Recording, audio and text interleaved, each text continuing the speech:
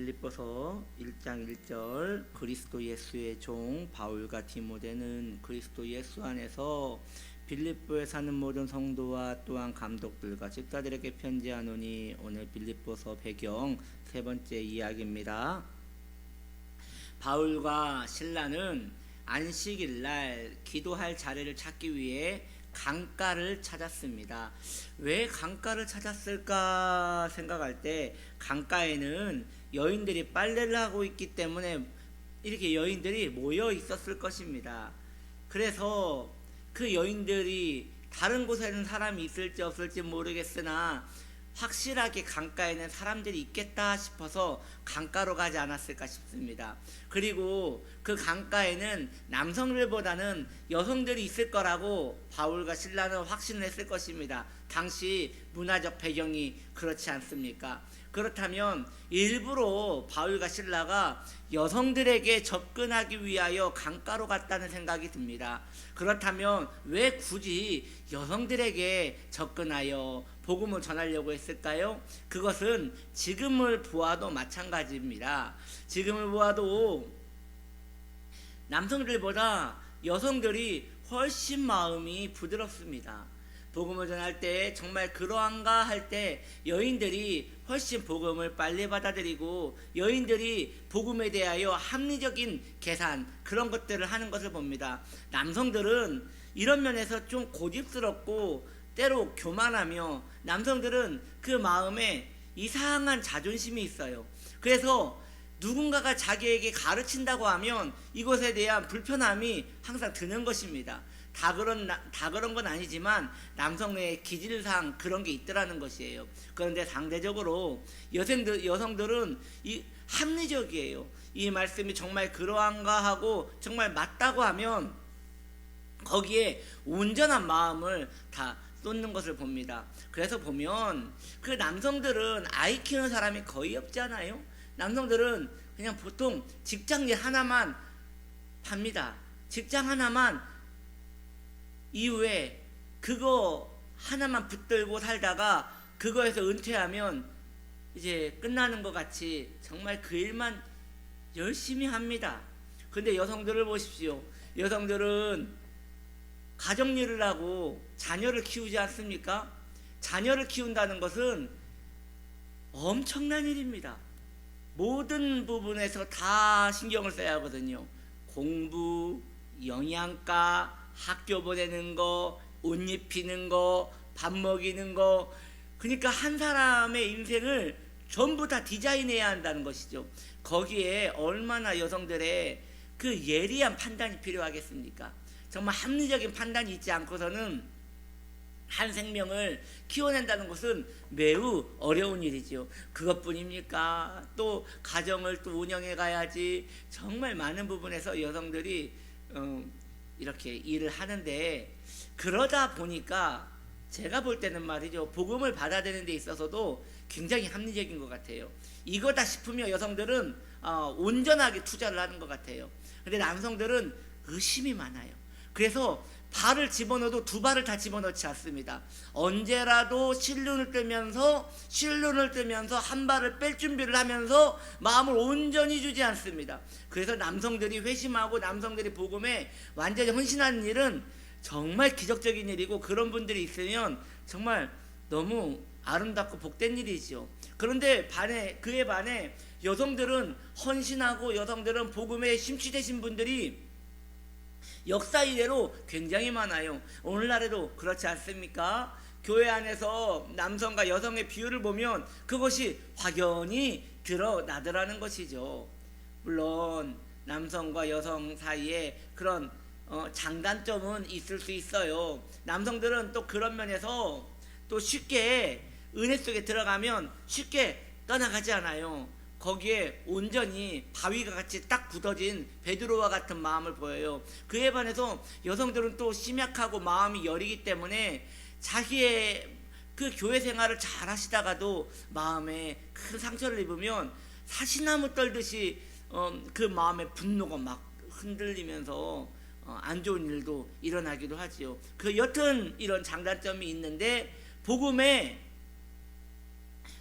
합리적인 그 상황에 이렇게 빠져들기에는 전략적으로 남성들에게 접근하기보다 여성들에게 접근하는 것이 바울과 실라는 유익이라는 것을 알았기 때문에 이 새로운 도시 빌립보에 가서도 복음을 전했다는 것입니다. 강가에 갔어요.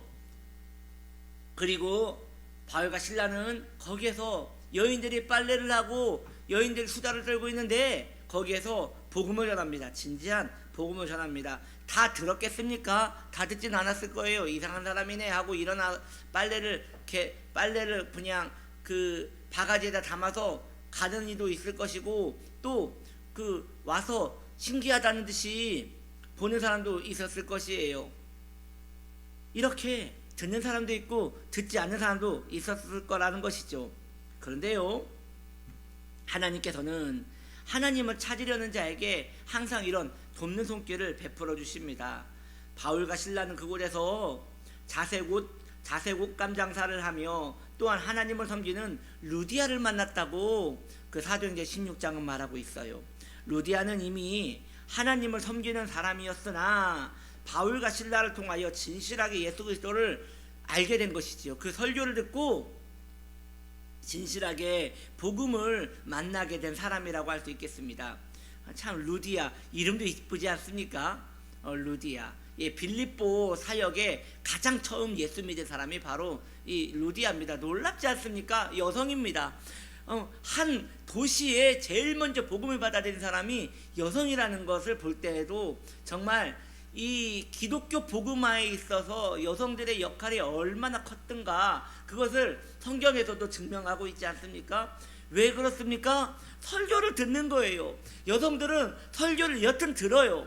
듣고 그것이 자신의 마음에 불을 붙이면 거기에 불을 붙어요.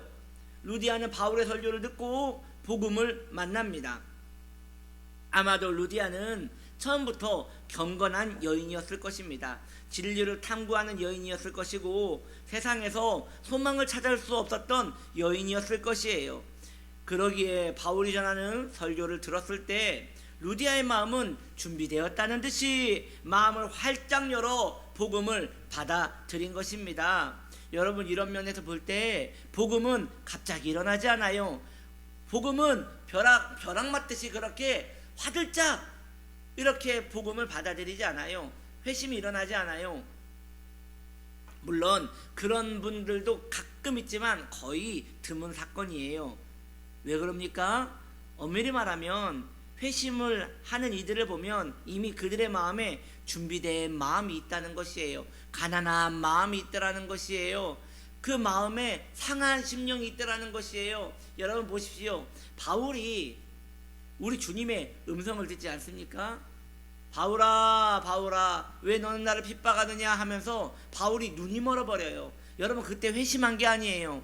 그때는 하나님이 누군지도 모르고 예수 그리스도가 누군지도 모르고 그냥 신비현상만 경험한 거거든요.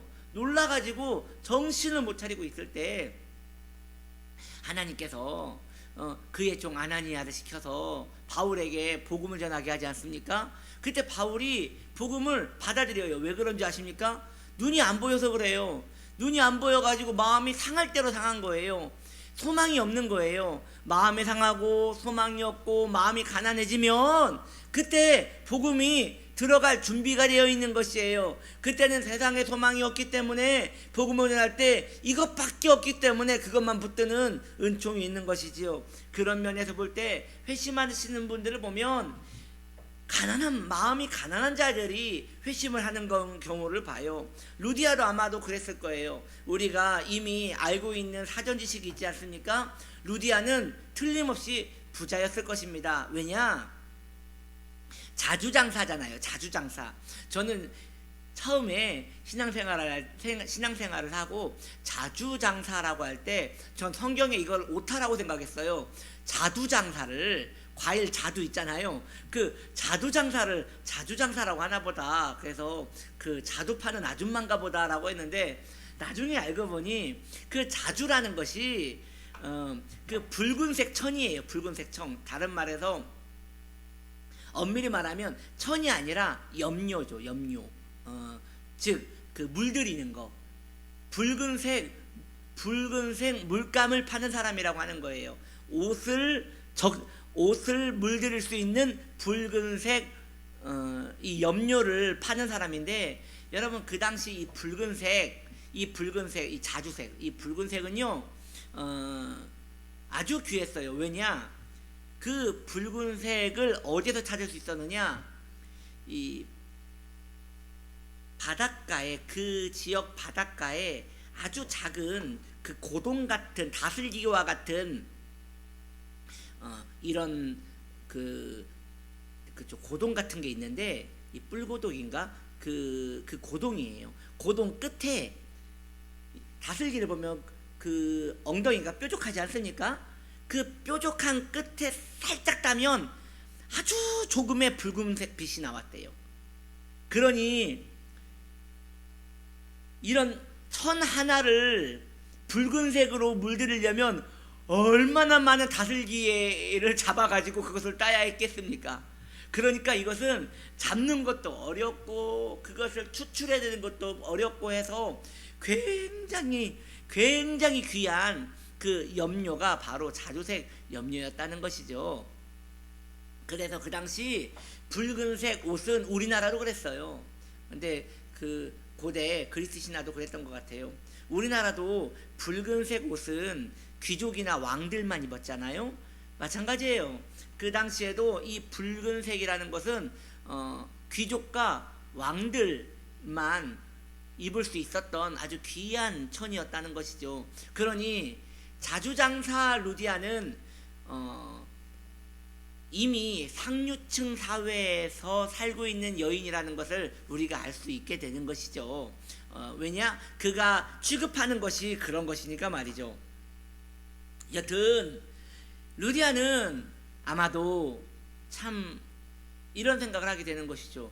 틀림없이 돈이 많았을 것이고, 틀림없이 그의 주위에는 엘리트들이 많았을 것이고, 상대하는 사람들이 귀족과 왕들이니 얼마나 그의 삶이 럭셔라고 엘레강스 했겠습니까? 그런데도 루디아가 바울의 복음을 듣고 그 마음을 활짝 열고 회심하며 복음을 받아들였다는 것은 그러한 삶도 참 싫은 삶이 있다는 것이죠. 그러한 삶도 정말 징글징글 맞고 더럽고 이 속상한 일이 있더라는 것이죠. 그래서 아마 루디아는 이런 상류층 사회에 대하여 실증감을 느낀 사람 중에 하나가 아닐까라는 생각을 해봅니다. 뭐 성경에서 그 루디아가 뭐 이런 삶, 그런 삶을 살았더라라는 말이 없어서 이것은 온전히 제 추측이지만서도 제가 볼 때는 그럴 수 있다라는 생각이 드는 것입니다. 여튼 회심이 일어나기 전에 회심을 한 사람들의 그 마음은 대체로 가난하고 이 세속에 대한 허무함을 가지고 있는 사람들인 것입니다. 여러분 보십시오. 왜 여인들이 이렇게 회심을 잘하는 줄 아십니까? 왜 이렇게 회심의 역사가 일어나는 줄 아십니까? 왜냐하면 남성들은 직장생활에서 힘들지만 그렇게 큰 마음의 절망을 느끼지 않아요. 그냥 버티고 출근하고 하면 이렇게 살아내는 거예요. 그런데요, 여인들은 자녀를 키우잖아요. 이 자녀들이 막 속을 상하게 만들고, 자녀들이 뜻대로 안 되고, 자녀들이 사람의 속을 막 뒤집어 놓을 때 마음이 완전 가난해지는 거예요. 왜냐?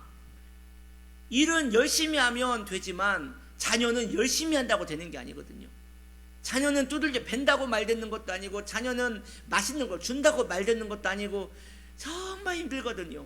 그러니 결국 하나님을 의지할 수밖에 없는 가난한 심령이 된다는 것입니다.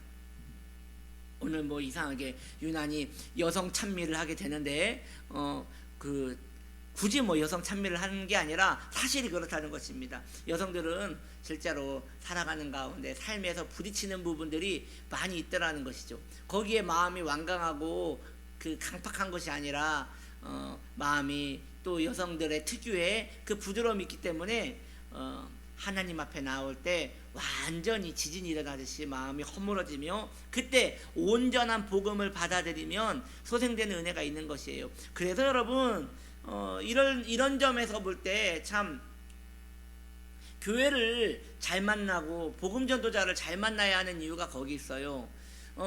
많은 여성들이 마음이 가난해지고 마음이 무너질 때에 그때 뜻밖의 교회를 찾고 뜻밖의 교회에서 은혜를 받는데 그때 잘못된 교리를 전하는 그러한 목사님이나 또 교회를 만나면 이상하게 그때 이제 신비주의적으로 가는 거예요. 마음의 그 답답함과 허무함과 그 외로움을 이런 신비적인 부분에 확 쏟으면 그때 엄청난 마약을 맞은 것 같은 큰 그 위로와 은총과 엄청난 이런 큰 감각적인 은혜를 받긴 하지만 문제는 그런 신비적인 현상은 자주 일어나는 것이 아니라는 것이에요. 그러니 이제 그것이 어느 정도 충족이 됐는데 또 원하는데 그것이 쉽게 오지 않는 거예요. 그러면 어떻게 됩니까? 점점 더 강렬한 그것을 추구하다 보면 신앙이 아닌 이상한 곳으로 마음이 향하게 된다는 것이죠. 그래서 처음부터 이렇게 마음이 무너지고 가난할 때 내 구주 예수를 더욱 사랑이라는 그런 견고한 신앙의 틀에 딱 매여서 거기에 헌신된 분들은 아주 건강한 신앙생활을 끝까지 갈 수 있는 것이죠. 내 주께서 나를 위하여 죽으셨구나. 나만 힘든 게 아니었구나. 주님께서 이 죄인을 위하여 십자가에서 달려 죽으셨구나라는 그 순수 복음에 붙들려서 거기 헌신된 자는 참으로 끝까지 아름다운 신앙생활을 하게 되는데 지금 이 루디아가 그런 신앙생활을 하게 됐다는 것이죠. 왜냐? 그 루디아는 바울을 만났거든요. 순수한 복음을 전하는 바울을 만났기 때문에 이렇게 건강한 신앙생활을 할 수 있게 된 것 같습니다. 이 불안과 허무함을 해결할 수 있다면 이런 공허함에 빠진 자들은 어떠한 대가를 지불할 마음도 있는 것이 그 회심한 심령의 마음인 것입니다. 이미 그들의 마음에는 인생의 공허함으로 충분히 고통을 받았기 때문인 것이지요. 이 공고함이라는 마음의 고통에서 벗어날 수 있다면 그들은 그것을 선택하였을 것입니다. 그들은 가지고 싶은 것도 가져봤지만 금세 실증이 나는 것을 이미 경험했습니다. 여러분 이거 우리 이야기 아닙니까? 정말 이 세상에서 나를 충분히 만족시킬 것은 없지 않았습니까? 사람을 찾아보았고 사람에게 마음도 열어보았고 그 만남도 얼마 가지 않았다는 것을 알았고 슬픔이란 사실을 경험했을 것입니다. 그러기에 그들은 변하지 않는 것을 소망하게 되는데 그러기에 그 변하지 않는 것을 받아들일 준비가 그때 되어진다는 것이죠. 그 마음의 준비가 되어 있을 때 복음을 만나면 그는 회심을 하게 되는 것입니다. 왜냐하면 갈급한 마음은 진짜를 알아볼 수 있게 되기 때문입니다. 사슴이 시냇물을 찾아 갈급함같이 그 목마른 사슴은 오직 물을 찾아 뛰어다니는 것처럼 마음이 공허하고 이제 이 세상에 소망을 가지지 않은 자는 진정한 변하지 않는 사랑을 쫓아간다는 것이지요. 그래서 누구나 회심할 수 있으나 아무나 회심은 하지 못하는 것입니다. 결코 자신에 대한 고민이 없으면 자신에 대한 고민이 없는 자는 세상에서 만족하며 사는 자에게는 복음이 시시한 구슬로밖에 보이지 않는 것입니다. 이 세상의 그 무엇에도 시시함을 느끼고 마음 둘 곳 없는 이들은 복음을 만나면 세상에서 가장 귀한 진주를 보듯이 그것을 품고 놓치지 않게 될 것입니다. 바로 루디아가 그러했으니 루디아는 바울에게서 복음을 듣고 그 순간 회심을 하였습니다. 그리고 성경은 그 회심이 그의 노력이 아닌 하나님의 선물이었음을 성경은 기록하고 있는데 사도행전 16장 14절은 말하기를 두아디라 시에 있는 자색 옷감 장사로서 하나님을 섬기는 루디아라 하는 한 여자가 말을 듣고 있을 때 주께서 그 마음을 열어 그 루디아는 가난하고 상한 심령으로 그 설교를 들었을 뿐인데 사실적으로 구원을 이루시고 회심의 역사를 일으키신 분은 바로 하나님께서 그 마음을 열어 바울의 말을 달게 하신지라 라고 말하고 있습니다. 복음을 귀히 여기는 자들에게 필요한 것입니다. 여러분들에게는 복음이 귀한 것입니까? 이게 복음의 시작이어야 하는 것입니다. 바로 루디아를 통하여 유럽 선교는 시작되었습니다. 바로 복음의 진가를 아는 사람들에게 시작된 것입니다. 복음을 복음답게 알아가며 그 안에서 누리는 삶을 살기를 예수님의 이름으로 축복합니다. 기도합니다.